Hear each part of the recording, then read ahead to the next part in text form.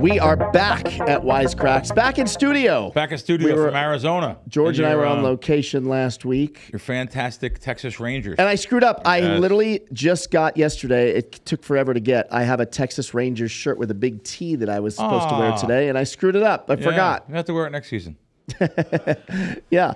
But yeah, so let's just... How about your futures? Let's open with the futures. We'll open with John's futures. We're not going to name the casino, but Aria was very nice to him. He lost his tickets. Yep. He just told me the story.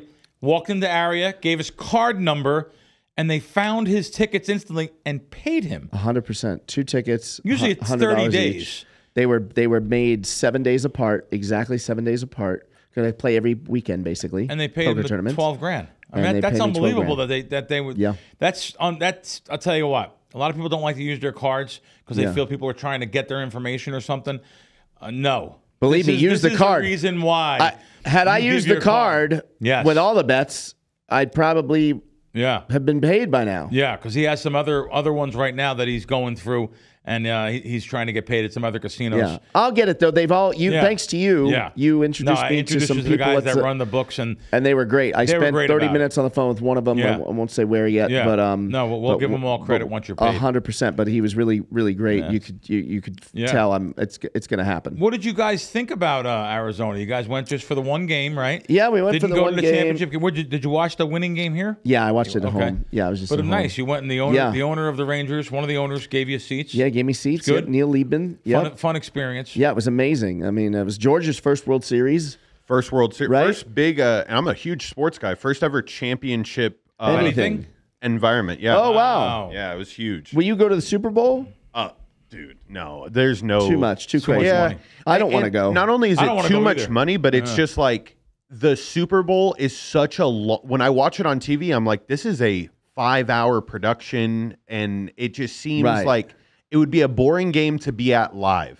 You know what I mean? Like, I'm a fan of the commercials too. Yeah, the commercials are nice. So, you know, like Derek said, I said, Derek, you're going to the game. It's like a once in a while. You're in Vegas. He goes, no, I'm not. Yeah. I'm going to be where the money is. Yeah. Right. Yeah. So, Formula One's coming up. Do you have any interest in that? I have none. I'm leaving. I'm going back to Staten Island. I'm going to my buddy Teddy Atlas's charity event. Dr. Atlas Foundation. I'm going to his charity event in Staten Island. I'm happy I'm leaving too I won't be back till Monday, literally. After this is up. I mean, listen, after it's over. I know it's been beaten down by all different media sources and different, people on Twitter and TikTok and everything.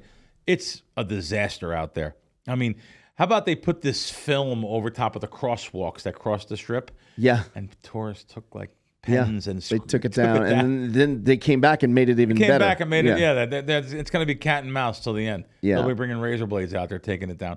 But I don't know. I'm trying to find out one person that actually wants to see it. Yeah, man. Wants to sit there for the whole race. And 10 years of this madness, like what it creates. I mean, I don't know how do you judge whether it was worth bringing it here or not? I guess revenue.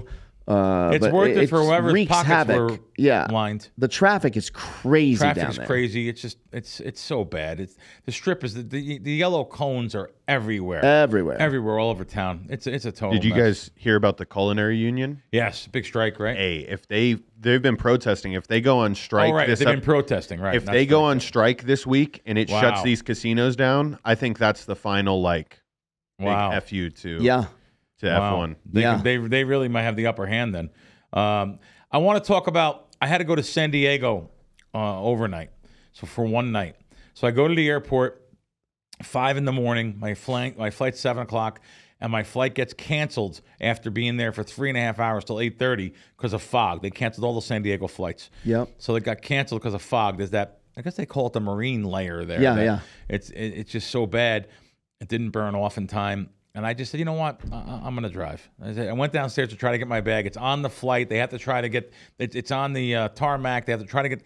I said, listen, it's going to be sent on the next flight at like noon. I said, just send it there then. Because I was waiting and waiting. Just send it. I'll go to the airport and get it. So I drive, get in my car and drive. It was 4.5 hours. It wasn't that bad. 4.5 hours I drive. And I actually went to the airport later on that night, got the bag, and I said, you know what? Let me go do a blackjack run. Now, a blackjack run to me, I can't do in Vegas. It's just, I can't do it. So Not that I can't do it. I just don't feel like getting backed off. And plus, I like some of the casinos here. I'm not going to, go in there and get myself banned. The reason why I don't play blackjack at the casinos, why, for a 1% edge, why get yourself banned from the casino, or get yourself comments in the screen. Well, I get comments in the screen for other promotions I may be missing out on. It's not really worth it. So I love it there, though. They have the best games there. There's so many casinos there. Barona, Viejas, Pachanga, Valley View, Harrah's, Pala. If I mentioned that, I don't know. But so I go to like 4 casinos, did a blackjack run, and I went to 4 casinos. I played 5 different sessions. The trick is, if you're counting cards, to get in and out under 40 minutes, 45 minutes, win or lose. So they're not hip to it? Yeah, you just don't want to, you know what I mean? You don't want to spread $25 and next thing you're betting 500 multiple times. Though I did get away with some spreading. I spread 20. Now what that means is my lowest bet compared to my biggest bet when the deck is juicing 10s and aces. I spread a lot. I couldn't believe it. One hand at 25 to 2 hands at 350 each to 700. That's a You literally go from 25 to 350. That's a giant spend. It's a giant spread. It's like almost 30 to 1 spread on 2 hands, But yeah, so and you literally go from 25 to 350. 25 to 350. No, 25, 100. Oh, okay. Positive, so you do take a little positive 4, positive gotcha. 6. Okay. True count, whatever it may be. Maybe I keep a side count of aces. It's much simpler than it's. By the way, card counting is much simpler than you think it. You can learn 90% of what I know in a 4-hour seminar on the computer for free. Just doing a search. But the side count's good. I use a little more of I don't just use a high-low. I use a halves count, a little more technical with the 2s and the 9s, and I do keep a side count of aces. It's simple, though. I'm telling you, it's not as hard as you think. So, win or lose doesn't matter if I won or lost. The ridiculous action I had there on those, I think it was 5. I think I played 5 sessions. Was stupid, but I did win. But I'm not going to say how much. But I did win. I ran terribly unlucky too. Terribly unlucky because on the smaller counts, plus 3s and 4s, where you're betting, $100 instead of 25, I ran terribly lucky. But on the bigger counts where I was up, bigger, when I was betting 400, 300, 400, I ran really good. So I won a couple $1,000s. I don't think people realize that counting doesn't mean you're guaranteed to win. No, it's not even close. It's a 1% edge. Right. The 1%. It's a 1% edge. You can lose. I've lost counting. I got thrown out of the M over here. The M when I lost 7,000. Because I was betting a lot. I got thrown out. The M backed me off. Wow. I say thrown out. They just back you off. You want to play something else? You can play something else. So, right. Keno. Yeah, you can play Keno. But something I noticed at one of the casinos. Yeah. And I'm gonna read it to you. George is gonna show it to you. Okay. This is unbelievable. So the jackpot policy at one of the casinos, Pala. A friendly reminder about playing slots using someone else's player club card. Any jackpot won by a guest using another person's card, in dark highlighted letters here, will not be paid. Wow. This includes the cards of spouses, relatives, and close friends. You got to be kidding me. Listen. You've got to be kidding me. You and Vanessa are in a casino. Yeah. And your card's in because you got a bonus. You're going to play into your card. Right. And Vanessa says, "Oh, John, let me play." Yeah, go ahead. You're sitting next to her. And she's not going to get paid because even just as the gentleman thing. Here, you sit, I'll stand. She hit the button. Come on. Not getting paid because your card's at the machine. How can they do that? How can it be legal? It's crazy. How can they enforce this? You want to know why? Indian Casino, Tribal Council, gaming law. I mean, I guess. I guess. It has to be that. There's no way MGM could get away with that, right? I am furious about this. That's ridiculous. Now, I know what they're trying to avoid. They're trying to avoid someone to come in the casino with 10 cards of all your relatives and stuff that get bonuses every week and pick up their free play. I understand. Listen, that happens. Listen, I have done it. It's a big deal. I'm going to pick up my wife's free play. Or, so I'm playing under her card. I hit a jackpot. I just give them my idea. I've done it already. I did a month ago. I give them my ID. I'm the one physically playing. I'm the one that has to pay the tax on it or get a tax for them.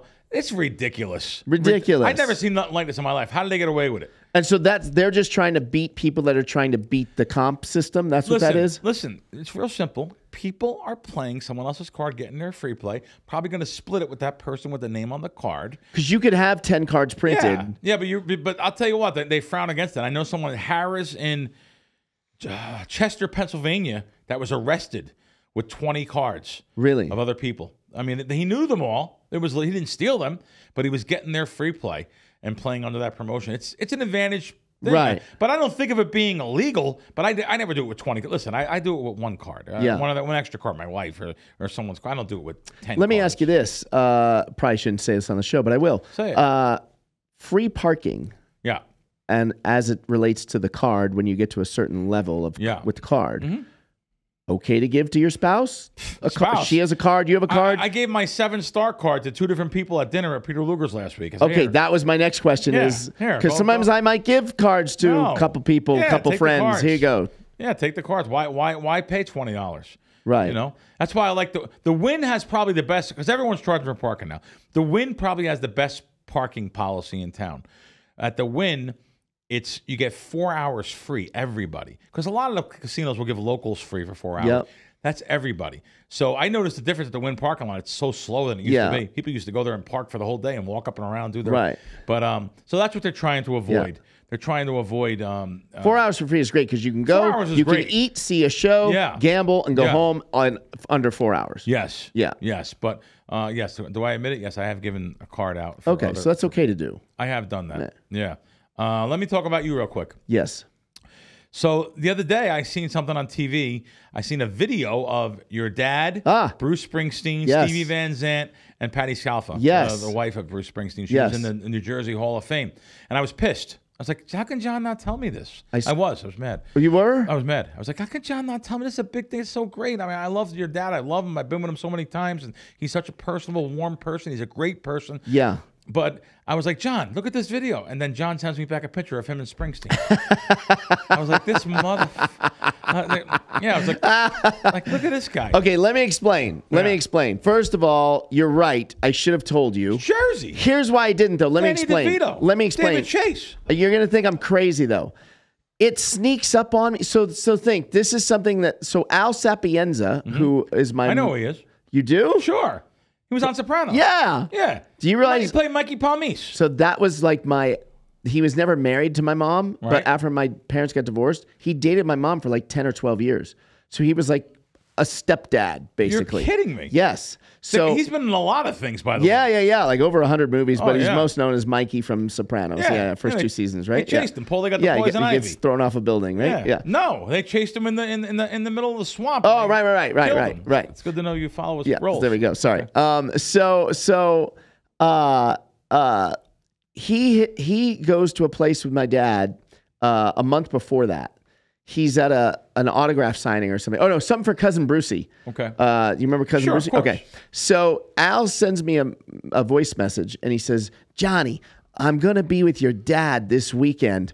Can you do me a favor? Can you find out if he hates me? Wow. Now why would he hate you? Well, because he dated my mom after my dad, but they got divorced. He wasn't cheating on your... No. Why would he hate him? But he was friends with my dad before that. Right. Because they met through Murray the K. Oh, and wow. he, bro code, guy. whatever. Yeah. And what did he say?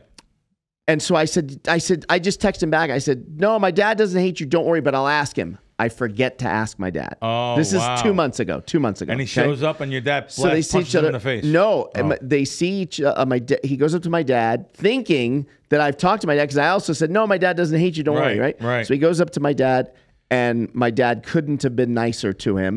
Gives him a hug. Hey, Al, good to see you. Blah blah blah blah blah blah. So Al calls me and says, I'm gonna fly you and Vanessa to Jersey when your dad goes in the Hall of Fame on my free mileage. Wow. To surprise him. Oh, how cool. Okay. Right. So I'm like, okay, cool. This was like a couple months ago. Right. I completely forget about it. Sure. I'm just, every day, you know how it is. You get caught up in the work stuff and whatever. And then Al's like, I'll see you this weekend. I'm like, oh shit, I've completely forgot. So, okay. So it was one of those things, like it just kind of stuck up on me. It wasn't top of mind. But the funny part is he ends up telling my dad. Oh, he did. But so it wasn't even a surprise. Oh, wow. Okay. Yeah. But it was fun. But yeah, he's been on a lot of things. He's been on a lot of things I like, by the way. Yeah. So I didn't even know you knew him. Yeah. He was like almost. He was on Suits. He was on a show with Kevin Spacey. He's been on a lot of stuff. I seen him on a. That's crazy. You know who that is? I know who he was. Well, listen, I'm a giant Sopranos fan. I told you I knew the way he got killed. Yeah. Chris, no, I didn't mean it. And they both kill him. Paulie gets poison ivy. Let's talk about our sponsor for a minute here. Yes. I'll tell you again. Listen, I am so mad. I'm so mad I can't like it. I had places in town I could lay $1.20 on a 6-point teaser, 6 points minus at 120 to win 100, and I can't do it anymore, and I'm pissed. And so mybookie.com, mybookie.ag. Yeah. Mybookie.ag is like the last place that I know that has 6-point teasers for $1.20. And by the way, had I made this future bet at mybookie.ag, I wouldn't be sweating a thing right now. I'd have been paid already. No, and you know, it's funny. We compared some of the odds there recently, some of the future odds, because I'm not a future book guy. Right. I don't bet teams like that because it's such a juiced market. I was shocked to see like they had the 18-1 on the Bengals. I think it was a couple shows ago. It's like that's unbelievable to win a Super Bowl. That's the highest odds I found in town. Yeah, it was 15-1 here. Yeah, it was like What is it right now? It's probably like 8-1 right now. Wow, it's going down to 8. Well, they played. Of course, they had two big games. Yeah, I mean, they just beat Buffalo, and 2 weeks ago they had a giant game. I mean, these were big games for them too. And by the way, George, I'm going to give props right now to your girl Cam. Yeah, Cameron, because I'm on the Bengals.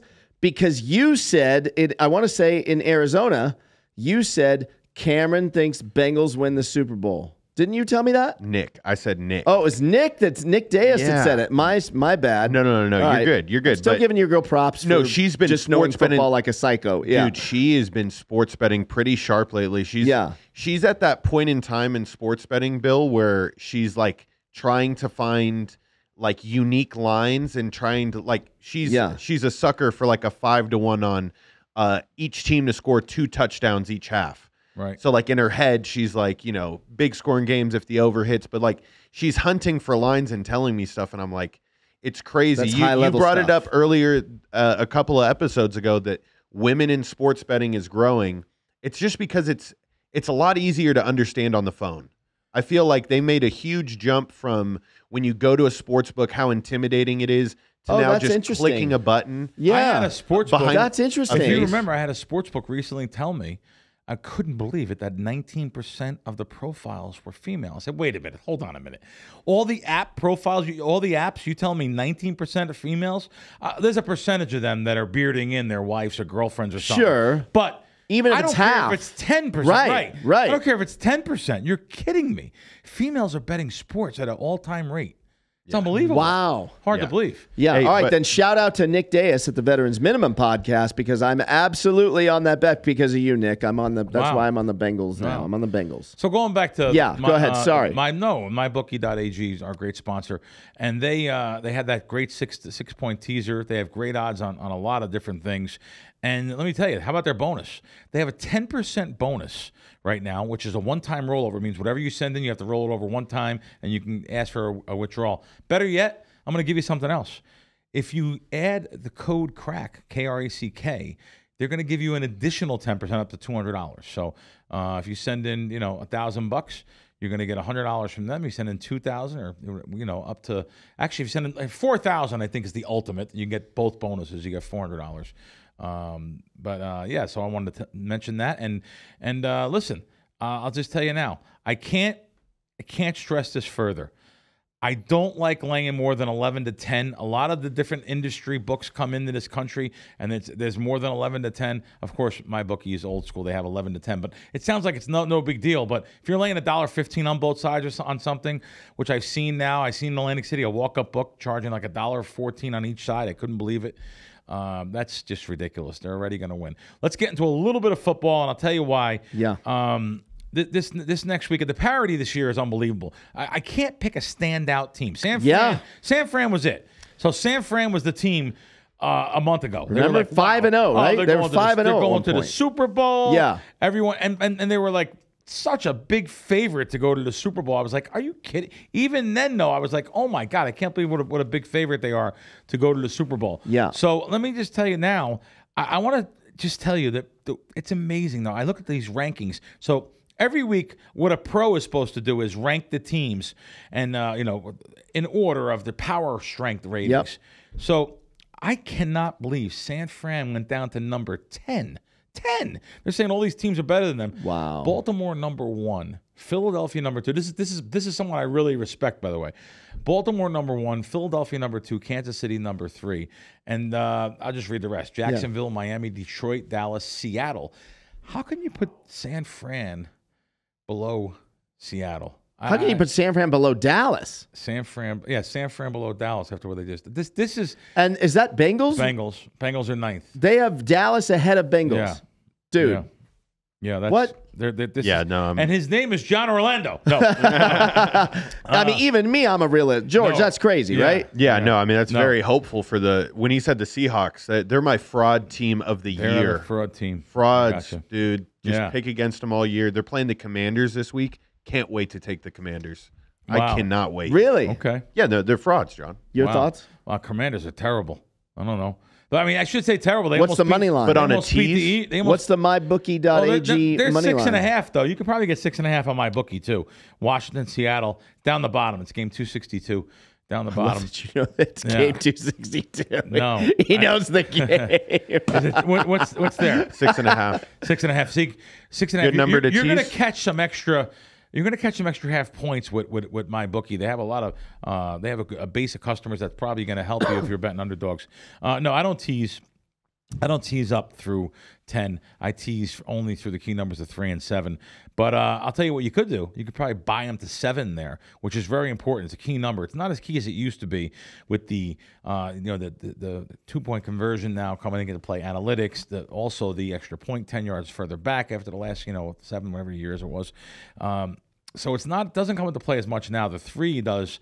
More than the 7, but these numbers aren't as key as they used to be because of the analytics and different things. But anyway, I was looking at some different odds this morning on some team futures. I just can't recommend any that are under 10-1. The parity in the league this year. Buffalo's not the same team they used to be. Kansas City just lost to Denver a couple. I just can't pick. Yeah. I know that they went in and beat Miami, and Miami, which we thought was a great team, Miami now all of a sudden Baltimore looks good. Well, Baltimore knocked me out of a suicide pool a month ago when they were a 7.5-point favorite. I think they played Houston or something. I mean, it's like they lost the game. So, George, what is Burrow to win MVP? I will find that for you right now. Yeah, but I'm pretty sure it's 20. That's a good question. 20-1. That's a good question. What else do we got? I think we're almost done. Easier for him to win MVP than Super Bowl. 7-1 right now. They don't necessarily have to win the Super Bowl for him to win MVP, do they? 7-1 on MyBookie currently. Okay. Oh, 7-1 Yeah. Okay. Yeah. The Ravens, by the way, because I want to put it out there because they bothered me that week. Let's see. The Colts beat the Ravens that week. That's right. Houston beat Jacksonville. The Colts beat the Ravens. God. But then they've reeled off some really good games. They have they beat the Browns. The Steelers beat them in the game they shouldn't have won in Pittsburgh. The Steelers won. I'm going to give that one a pass. Since then, the Ravens won 38-6 over the Lions, who everyone thought was like number 2 or 3 Wow, team. yeah, I remember that. But the Ravens just got by the Cardinals by 7 when they were 9.5-point favorites. The Cardinals was back and forth, but then they beat Seattle 37-3. So Ravens are playing good. I just don't think Lamar Jackson is a Super Bowl quarterback to get them to the Super Bowl. We'll see though. I think Kansas City's still great. I love Mahomes. That quarterback documentary I always loved, so I thought it was great. Yeah. No, so we got a great guest coming up, Ross Tucker. He's a veteran from the NFL. He's played on a lot of different teams, does a lot of media, Eagles guy. Looking forward to having him on. Ross, thanks for coming on. We're gonna talk about this now. Meet John Orlando also. Hey. John, what's up, man? Crack, always good to see you. Good to see you thanks too. Thanks for having me on the show. Well, thanks for coming on. Listen, you're born and raised. Well, you were born in. We weren't born in Pennsylvania, correct? But you were raised as a kid. Went to high school. Yeah, so I'm from an hour west of Philly. Yep. It's called Reminiscing, Pennsylvania. Okay. And the funny tidbit there is that from 2001 to 2008, I was probably the most well-known person ever from Reminiscing. And then a young lady's kind of passed me out now. Her name's Taylor Swift. Oh, my God. Yeah. Wow. Wow. What's funny about that is in 2015, maybe, I went to a concert, and I know her dad pretty well. And I was talking to her mom, and I said that line, like, I was the most well-known person until Taylor came along. And her mom looked at me and, like, dead serious, was like, well, Ross, just keep working. I was like, I think it's over. Stay positive. I'm ready to take an L on that one. I'm pretty sure she's the most famous person in the world. Yeah. But it's kind of wild to think that the most famous, like, our graduating class was like 130. You know what I mean? Now, she's a lot younger than me, but it's just wild to see someone be that famous. That's unbelievable. I didn't know she was from there. I know where she grew up and went to elementary school. Like, I knew her house. Like, it's just Wow. wild. And then you were the most famous person from there connected to the NFL until Taylor Swift. Oh, wow. Yeah. I didn't think about that. Yeah. So she got you twice. Adam on today's Ross Tucker football podcast, Alex Anzalone, the linebacker for the Lions with the long hair. Yep. He's been killing it this year. It's his 7th year. That's how many years I played. So by the end of this year, I'm not even going to have the claim to fame that I'm the best NFL guy from my hometown. Wow. Alex, and I helped him. I helped him with recruiting. I helped him with the NFL. So this is what happens when you help people. They leap over you and make you under the radar. Did you grow up? Honestly, I'm thrilled for both of them. Nice. It's probably like anybody else. Right. From a small town, like you take a lot of pride in where you're. Chad Henney's from there. Oh yeah, take a lot of pride in especially I feel like small town Pennsylvania for sure. Well, you have something in common with me. You went to Princeton, correct? I used to bet with a bookmaker from Princeton. That's about how in common. I drove past Princeton once on my way to the racetrack, but no, I'm a Jersey Shore guy. But I used to know a couple guys from Princeton. What Jersey Shore where, Crack? Monmouth County, Kingsburg, real poor blue collar town. There's a racetrack out there on the Parkway, 10 miles from Monmouth Park. Next town over was Middletown, Hazlitt, Keyport. Red Bank, that's where I grew up. I know where you're at. So, I'm a Southeast PA guy. Yep. So I grew up going Ocean City a little bit, Wildwood a little bit, but primarily Avalon, Stone Harbor. And love that area. Ironically, my wife, who's from the coal region, her family would go for a week every year to Stone Harbor. So it's kind of cool that we both separately would vacation there. And unlike our parents, we were able to get a house. Like we got a house a couple of years ago. So it's like kind of like the American dream, right? Like your parents go there on vacation and take you when you're kids. And then when you get old enough, you buy a place there. Ross, you just hit a wheelhouse for me. I tell you, my parents were very blue collar, very hard working. My mother drove a school bus. My father worked 2 jobs. And they worked hard to give my brother and I a better life. And now I have to pinch myself once in a while to say where I've come in life and the couple of properties I own, things I've done in my life. And even I got to take my parents to Grace, and my father was a big Elvis fan. Just that was a big deal to me. So to hear that, you have to, by you saying that must mean you have a sense of old school values and respect that, how hard your parents worked and even your grandparents or whatever from that. Obviously it's a blue collar, hardworking town. Am I correct where you were? For sure. Yeah. I mean, a few years ago, Reading, I guess, beat out Flint, Michigan for the poorest city in the country. I don't know if that's beating or losing out. I'm not sure how that works. But look, I had a great upbringing. I love Wyomissing. It was probably, upper middle class town. My dad had a decent job. He actually was vice president of sales for R.M. Palmer.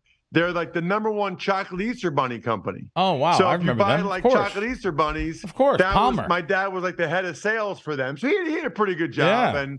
But no, when my mom, the first time she came into our house down at the beach or even here where we live in Pennsylvania, there's for sure a big sense of pride. And look, I owe a lot to them, right? I mean, they nobody from my family ever went to the Ivy League or anything like that, Sure. So it was really cool. I'll never forget the first day when you're in high school that they can come to your house. It's December 1st. And the same day, both Harvard and Princeton came to my house, the coaches. Oh, wow. And my grandma was there. And I don't know how old she was at the time, maybe like 90 or something. But that was like the greatest day of her life. Sure. And now that I have kids, and I can imagine what it's like to have grandkids, like you always, I think, hope that as a parent, you're doing the things that give the next generation opportunities that you didn't have. So my grandma, fellas, she just sat there like beaming as Harvard and Princeton were telling me how bad they wanted me to go there, obviously for football, but, to get a chance to go to school there. And she was like, because you want to feel like your blood, your kin. Oh, my God. That you're getting better as the generations go. That's great. Oh, man. And to think how you went on to your NFL career, started with Washington, played for a bunch of teams, Dallas, Buffalo, New England, Cleveland, and then retired for Washington, never playing for I guess you were an Eagles fan, right? So you played against them, but never for them. Yeah, so two things that are funny about that, right? Like, number one, I was a real late bloomer in every aspect, right? So my scholarships were like William and Mary, Delaware. So Sure. I thought, I remember specifically saying, guys, I'm not going to make the NFL. So if I can go to Princeton or Harvard because of football and, like, you know, go get some Wall Street job and be rich, like, I got to do it, right? Sure. So that's why I went to Princeton. And then my freshman year, I started a couple games at the D end, and Matt Burke was a left tackle for Harvard, and he got drafted. And I remember thinking, like, well, if that guy can get drafted, maybe I can, like, get into a training camp or something. And you'll appreciate this. I was a big DN. I was like 260, maybe 255 by the end of the season. I went home for Christmas break, okay? Yep.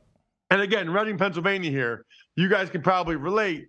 When I tell you guys we got a keg of Yingling every night during Christmas break, and then we would go to at 2 a.m., we would go to the diner, and I would get a ham and cheese omelet with a full stack of pancakes, a side order of scrapple, and I get a chocolate milkshake, okay? I love the way you roll. Every night, the whole Christmas break, okay? I went back to Princeton. I was 284. Whoa.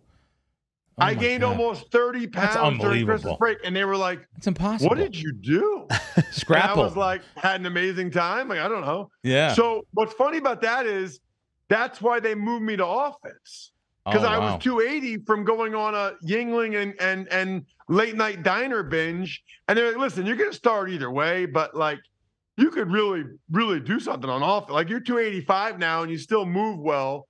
So that's how I moved to offensive line. Wow. And thank God, because I wouldn't have had a prayer in hell of making the NFL as a D lineman. So I ended up being the best thing that ever happened to me. So that's a lesson for the kids out there.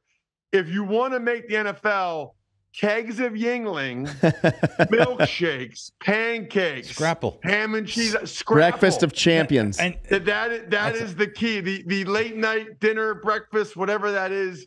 Of champions. So anyway, it's pretty funny. But yeah, man. And then what's funny about the NFL, dude, diehard Eagles fan. Diehard. Like, we'll go to training camp 3 or 4 times a summer and get Randall Cunningham's autograph 10 times. Oh, wow. So Randall Cunningham would be like, again, bro? I'd be like, yes, again. Because I was like that. So it wasn't weird. It really wasn't weird, like playing for the Redskins or like starting games for the Dallas Cowboys. That was actually cool, right? You see the helmet, like, I'm 23 years old. I'm starting for the Cowboys helmet on. But it was weird playing against the Eagles. Sure. Because it's like, picture being brainwashed since you're 4 years old to love a uniform, like to love this uniform, this green, the helmet, the whole deal. And the next thing I know, like, I'm out there trying to kill those guys. Like, it's just, it is a little bit weird for sure to play against your childhood team. Well, I have a question. With all that said, I don't know if you see the helmet behind me. Do you acknowledge that the Cowboys are going to win the Super Bowl this year? That's what I want to know. Oh, my God. That's what I want to know. I haven't given up. I know last week was rough. I get it. What are your thoughts? I think you got to walk before you can run. The Cowboys haven't even walked to the NFC Championship game in forever. No, in all sincerity, it's funny because I have a bunch of different shows. Even Money is the betting show where Fezzik actually references Crack like once a month on the Even Money I love betting Steve. show. Yeah, he loves you. And I got the Ross Tucker Football Podcast, and I said this, I guess Monday. My favorite team I played for, actually, it surprises people, was the Buffalo Bills, right? I played the most there. I made the most money. People up there love me, like the whole deal, right? But the Bills have now become the Cowboys of the AFC, right? Yes. And it's not even a knock. Like, they're both good teams. They win a lot of games. They make the playoffs. They have good quarterbacks. Josh Allen's unbelievable, I think, a lot of the times. But both of them, when it really comes down to it, they just don't get it done. And I'm not blaming anybody. Like, I'm not pointing fingers at McCarthy or McDermott or whatever, or Dak or Josh Allen.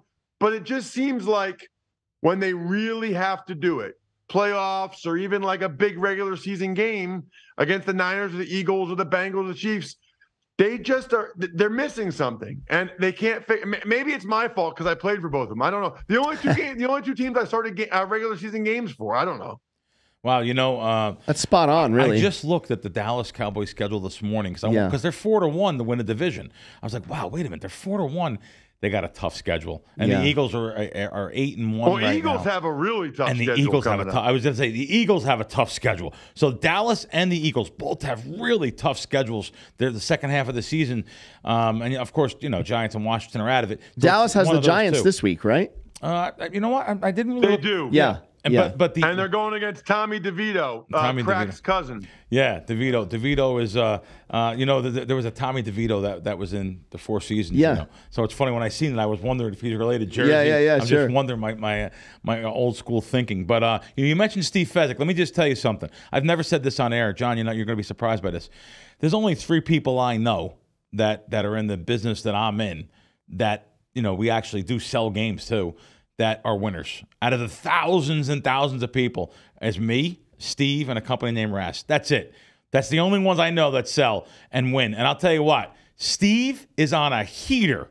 Steve and I both, seriously, I'm hitting 61% since August 1st. But Steve, since baseball season, is on an unbelievable heater. Last few years, great. And I think the world about him. I didn't even know he ever mentioned me on the show. Steve is a good bettor. That's why. He's a great bettor. Fantastic bettor. And that's the key. You don't talk like this. I don't ever. talk like this. No, never. You have to be a good. Get you, I think, Crack, you might have been on once before, but in the offseason, I'll get you on again. Would love to have you on it. Sure. No. Steve's a great bettor, and that's the key, to have the balls to be able to bet 5,000 or 10,000 on a Monday morning. And thank God we have the bankrolls for that, because we have done this for so many years, decades and decades. And you have to bet percentage of bankroll, and you have to have the balls to put it out there. And you know, it's just, Steve's one of the only ones. Listen, they're all charlatans, snake oil salesmen, frauds, all over those social media platforms. Steve is one of the good ones. Okay, so. Last question for me. Obviously, the Cowboy bet was a bet from the heart. A bet I did make with my head was Bengals to win the Super Bowl at 15-1. What are your thoughts on that? Like it. He likes it. All right. Actually, you know what? Fezzik brought this up on the Even Money podcast. What was that? Yesterday. He talked about he likes Burrow as MVP, because nobody's really taken, you know, the MVP race. Yep. And now Burrow, that's a couple games in a row where he's looked really good, looks really healthy. And if he plays this way down the stretch, he could win the MVP. And I like it because I'll believe the Dolphins when I see it. Right. Now, I think the Jaguars are pretty legit, but again, they'd have to show it. And the Chiefs, their defense is playing really well, but something's off with them. The parity is unbelievable. The parity in the league. I kind of like that. I kind of like the Bengals at that number right now. And you know, Ross just said something good. So you see what he's saying there? In other words, you can go to the MVP market now and get them at like 22 or 23-1.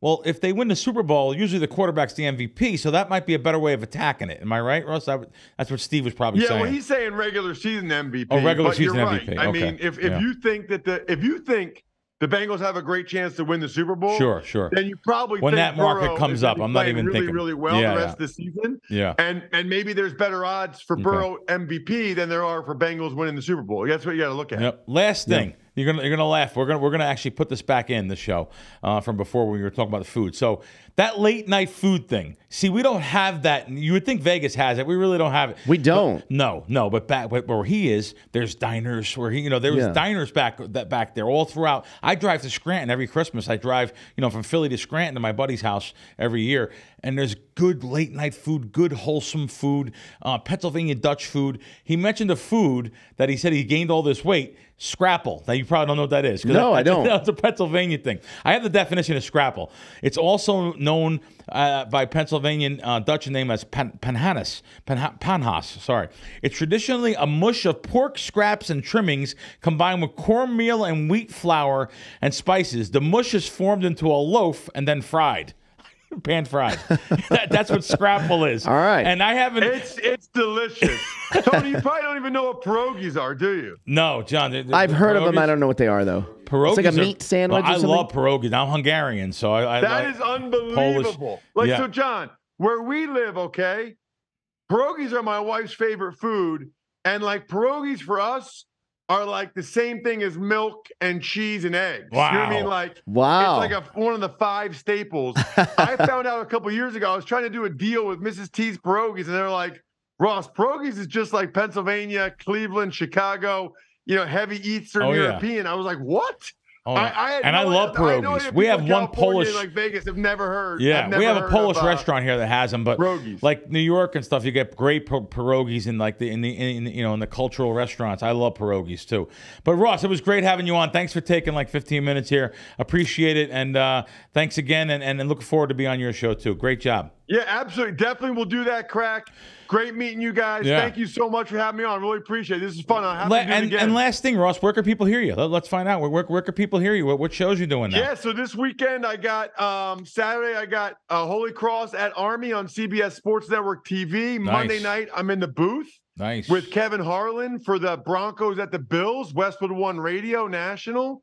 And then obviously I got all the podcasts, which you can check out. Yeah, tons of them. Same place that you listen to this one, youtube.com/Ross Tucker NFL if you're a video person. Otherwise, just look for Ross Tucker Podcast, Even Money Betting Podcast. Awesome, thanks a lot, man. Ross. Appreciate it. Thank you. Thank you, guys. Take care. Well, good. Another great show. Next week, I'm almost positive I'll be here for our taping of our show, but I'm not positive. If not, I'll have to do it on the road. Where are you headed? Staten Island. I'm getting out of town for this. For F1. I don't blame you. Yeah, I don't blame you. I'm not going near that strip. Yeah. All right. Well, hopefully we'll guys. see you here next week. If not, we'll see you via Zoom, and we'll see all of you next week.